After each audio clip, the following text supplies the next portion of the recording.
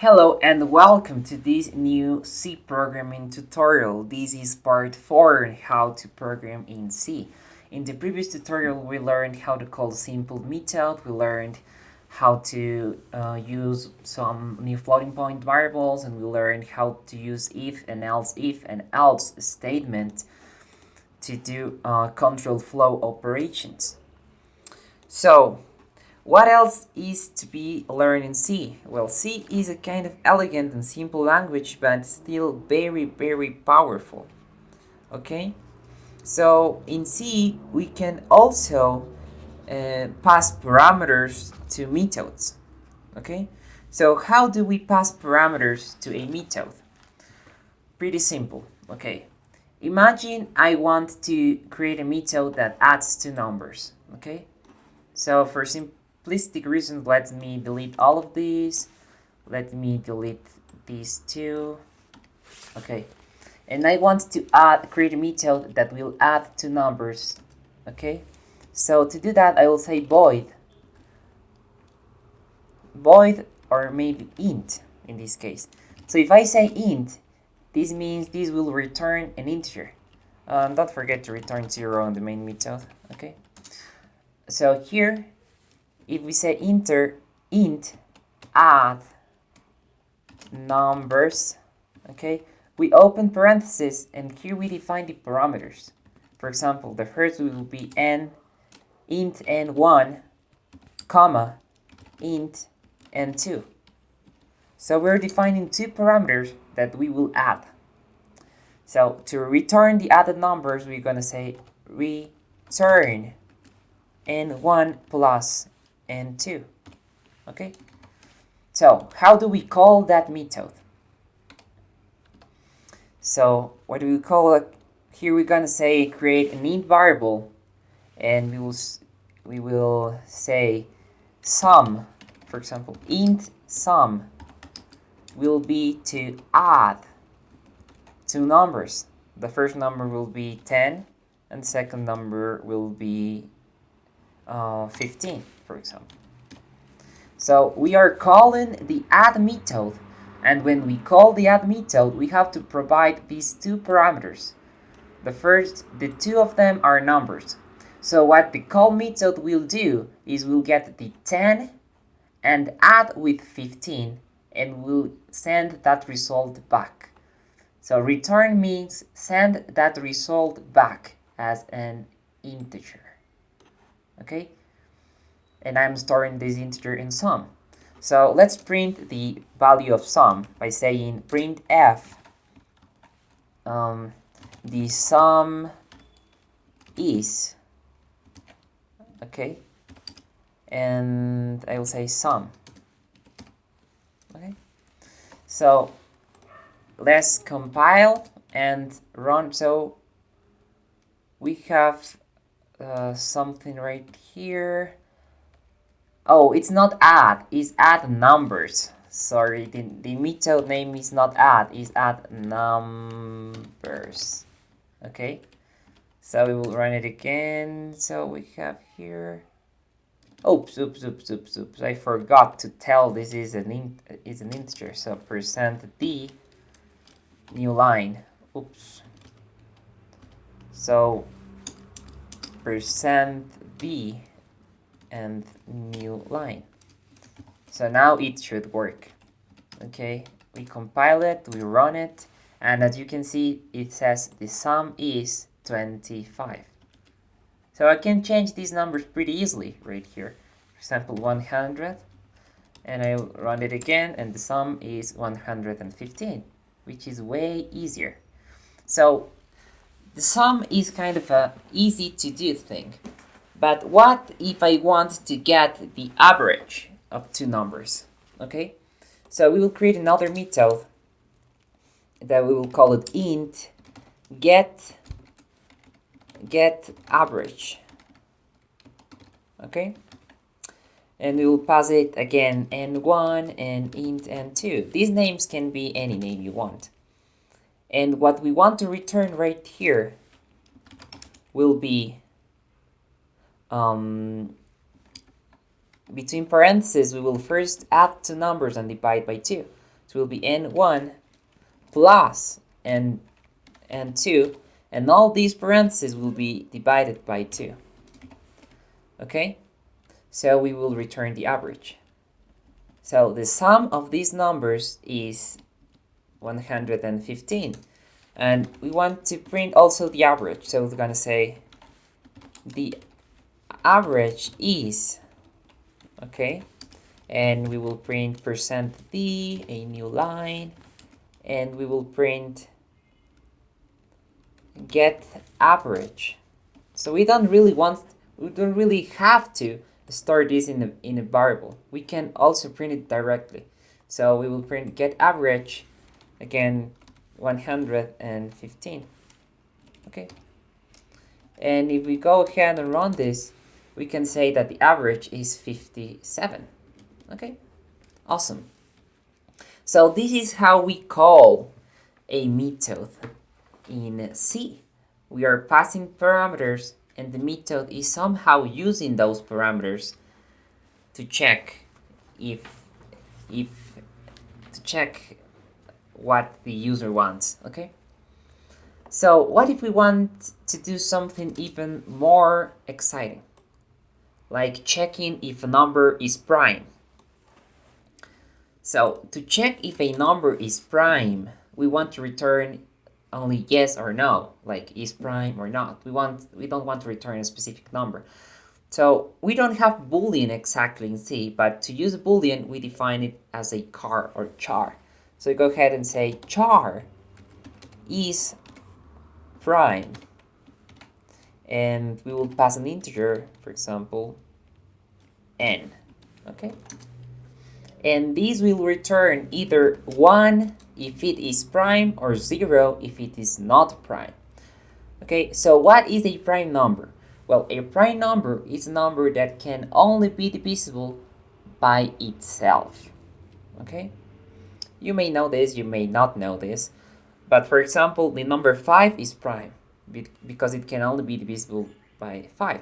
Number 6 is not prime because it can be divisible by 2, by 3, and by 6. You know, the 6 is not divisible. So we want to know if a number is prime. To check if a number is prime, we will have to create a for loop. So you're going to say for int I equals 1, okay, I less than n, I plus plus. We open this, and what we're saying here, not very efficient, but what we're saying here is that we will initialize the first number to 1. Why we don't initialize it to 0? Because we cannot divide by 0. And actually dividing by 1 is not worth it, so we can initialize it to 2. Okay? And then we will increase the number while I is less than n. So for example, it will say if, how to check if a number is prime? Well, if it's divisible by the number. In other words, if it has no remainder, right? So you're going to say if n modulus I equals 0, we will return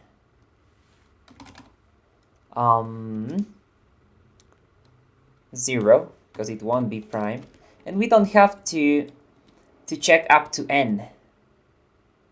We can also check to n divided by 2 to make this even faster. Okay, so if n modulus I returns 0, then it is not prime, so we return 0. And if the for loop ends without returning 0, it means the number is actually prime. So we will return 1. Okay, pretty elegant for me. This looks pretty elegant, this method. Okay, now we will check if a number is prime or not. So you're gonna say print f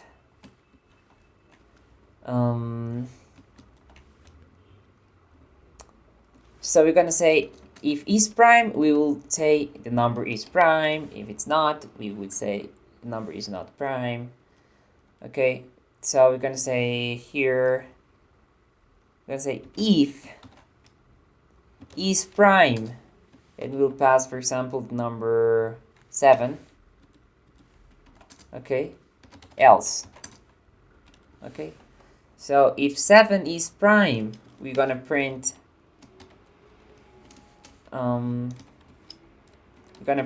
it is prime. Okay, and if it's not prime, we're gonna print f. Oh, let me print a new line here. So always print new line to make it look nicer. Okay, so printf, it won't be prime, so it is not prime. Okay, now if I run this program, I'll say that it is prime. So the 7 is prime. But what if I put 9? It will say it is not prime because, well, 9, it's not prime. So maybe I want to know if the number 1000 is prime. And it's not prime. And what about 1001? It is not prime. What about 101? It is prime. Okay? So this is how we pass a parameter to a method. We are passing the number 101 as parameter. We can hard code it, but we can also pass it as a variable. Like, for example, int number to be checked, and it will say 101. And instead of passing 101, I will pass the number to be checked. We can pass one parameter, 2, or more, okay? Okay, so that's how we use parameters passing in C. Okay, we also know how to make if and else statements that enables us to do control flow of the logic of our program. Okay, which is great. So we have learned the while loop, we have learned the for loop, which are also very, very useful on its own. Okay, so what else can we do in C? Well, we can do lots of stuff in C.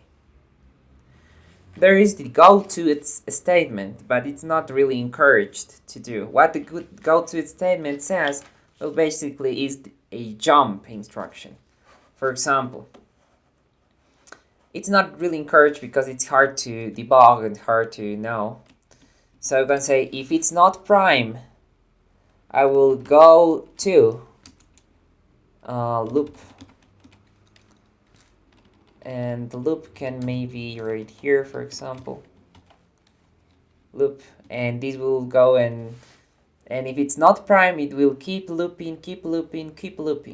Okay, for example, I will put a non-prime number, which 100. And as you can see, it says it's not prime, and it enters in an infinite loop. Now, if you enter in an infinite loop and you don't know how to exit, the way to exit is pressing Ctrl C, and the program will exit. Oops, clear. Okay, so that's the go to statement. When the language was designed, it was kind of useful because it mimics an assembly language function that is called jump. But now we don't really use that very much as programmers.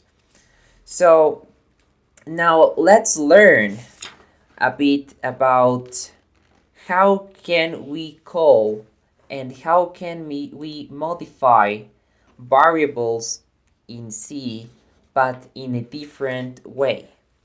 So what's special about C is that you can use arrays. So what's an array? Well, an array is a pointer to a place in memory. So let's delete this method right here to continue with arrays. Okay, let's delete all of this. So what's an array? And how do we define an array? Well, an array is a data type that enables us to store multiple variables of the same type. For example, I want to store 10 integers in the same data structure. To do that, I would say int maybe dates. I want to install dates or ages or grades or whatever. So, and I put these kind of square brackets, and here inside this I will specify the size of the array, for example 100. What this is telling the compiler is I want 100 integers. Imagine defining 100 integers. You won't do that, but you can create an array of them. Okay, so if we want to access and modify an array, a cell in this array, it will do something like grades at 0. So we start counting from 0 in programming, and we will set this to 12. Okay, and now if I want to print the value, I say printf %d new line, new line. I want to print grades at 0. Okay, so we want to print the 0 cell of the grade, which we set previously to 12. Okay, so let's print it. So we compile it and we run it and we print the 12th number. The 12th number. Okay, so this is a sort of an array that hasn't been initialized. We can also create a pre-initialized array. So how can we do that? Well, we can do int grades2, for example, and this will be an array, and we will initialize this array to 1, 2, for example, 1, 2, and 3.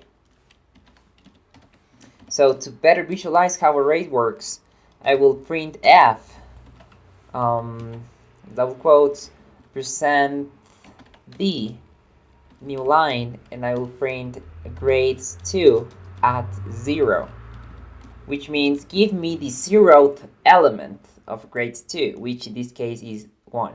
So we start counting. This is 0, this is 1, this is 2. So if I ask for the 0th element, I get 1. And if I ask for the 1th element, I'll get the 2nd element, so in this case 2. Okay? So this is how we can do this, by either declaring as how many items we want or actually declaring the actual items we want. Okay? Very, very useful to do this. So that's what arrays work. We can create arrays of characters, we can create arrays of integers and all of that. Now, what if we want to create a string? So in C we don't have strings, but we can create them in the following way. We can go and say a char pointer, and we will call this string. And we said equal double quote, hello, I am a string.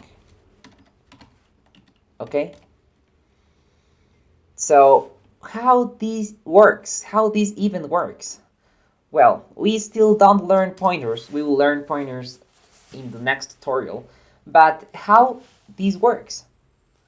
Well, basically, this data type points to a place in memory that contains a char. So this points to the first element of the array. So this is an array of characters. Okay? As you can see, if I hover the mouse on here, we can see that it's char array of 20 characters. So this is an array of characters, and this points to the first element, which is this one. Okay?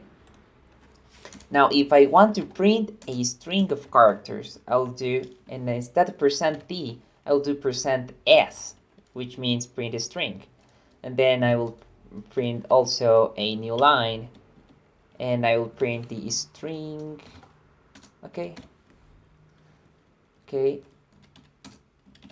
And if I print it, it says, hello, I am a string. So this doesn't have to be called string. This can be called sentence or whatever name you want to give it. So sentence, it still will work. Okay. So that's how we print a string. And now, what if I want to explain to you a bit about pointers, kind of an introduction. So this is pointing to the first one. So this means I can actually change the place where it points. If I want it to point to the second one, how can I do it? Well, very simple. I just say sentence plus plus. It will increment the pointer not to H but to E. Okay? One place. And let's do it again. And as you can see, it says, hello, I am a string. So this gives you an idea of how this works internally. Okay? But if I want to print the whole thing, of course, I delete that and I just print it. So this is the beauty of C, that you can control even that. So you can control very, very low level stuff right here. Okay? Awesome. So now, what do I have to do if I want to maybe get input from the user? Okay? So how do I get input from the user? Well, let's do it. What I will do is this stdio also enables us to get input. What we will use to get input will be the following. Will be get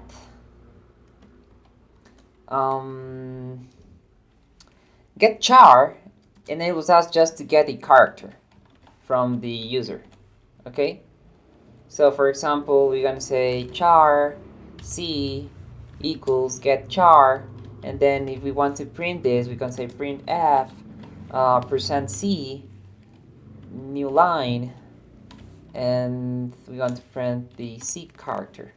If we run this, it says nothing because it's waiting for us to put a character. If I press A, for example, enter, then as you can see, it prints the A character. Okay, so that's how we get one single character. Okay, now we can also get more than one single character. For example, there is a method that's called get string. No, it's called get. I don't remember exactly. Get fs. So let me check inside this. So if you click on Control and then you go and click here in standard IO, then inside here you cannot actually see the definitions and how it works. So fget_s, so that's the one I'm searching for. So the one I'm searching for is fget_s, which means get a string. As you can see here, it asks me for some parameters. Okay? The first one being a character pointer. So I will create a character pointer, for example, say char pointer and get something. For example, or also an array, which is kind of a pointer too. So maybe sentence, and I will make these 10 characters long. Okay, so the first thing I will pass here will be sentence. The second thing I will pass will be how many characters I want. In this case, 10, for example. And the third will be from where I want it. I want it from the keyboard.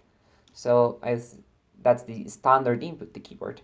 So say std in. Okay.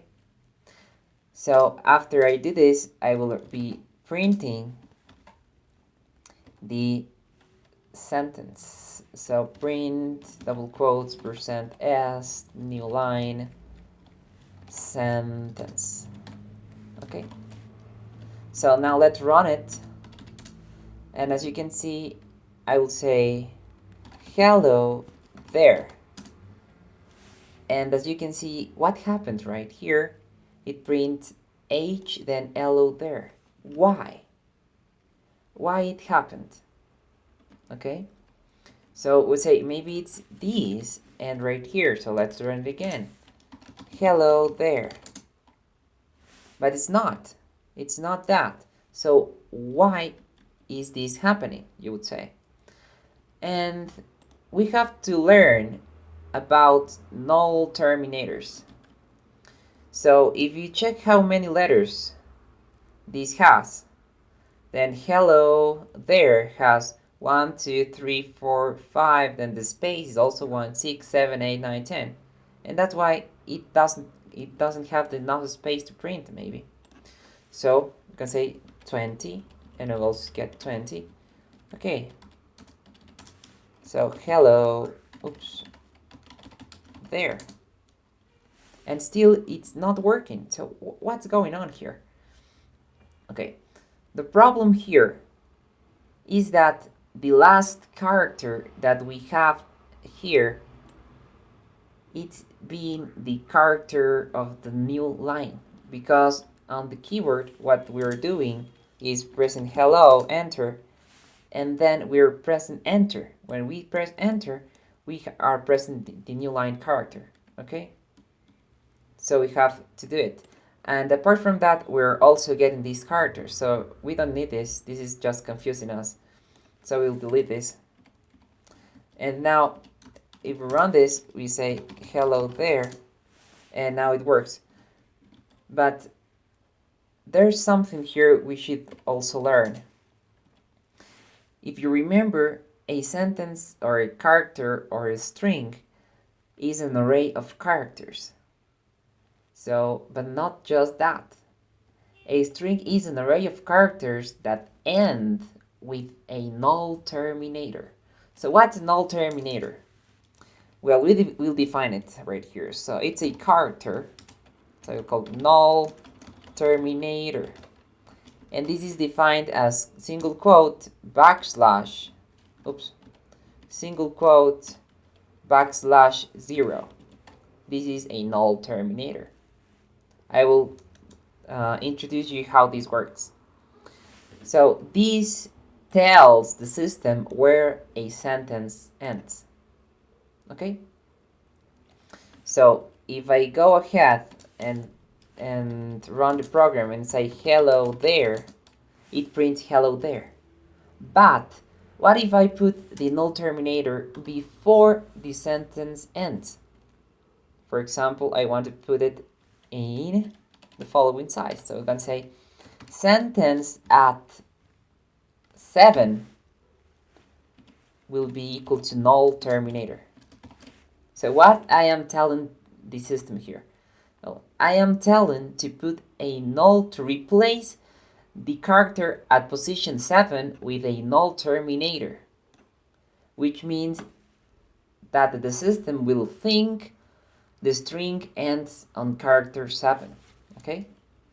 So we will do that, and we will print the sentence again to check what happens. So %s sentence, and say hello there, and as you can see, it prints hello T. Why? Because the H is the 7th character. So if you say 1, 2, 3, 4, 5, 6, 7, so it's actually, you don't count like that. You count 0, 1, 2, 3, 4, 5, 6, 7. And H is 7, but we have replaced the 7th with a null terminator. That's why it only prints up to hello T. Okay? And why it doesn't print a new line? Well, because the previous thing ends with a new line. Why? Because we pressed enter, And when we press enter, we'll also entering a new line, which is saved on the array. Okay? So keep this in mind and keep practicing and experimenting with these things. Once you can work, you feel comfortable with these, then everything else is really easy. So that's it for this video. I hope you enjoyed it, and I see you in the next one. Bye.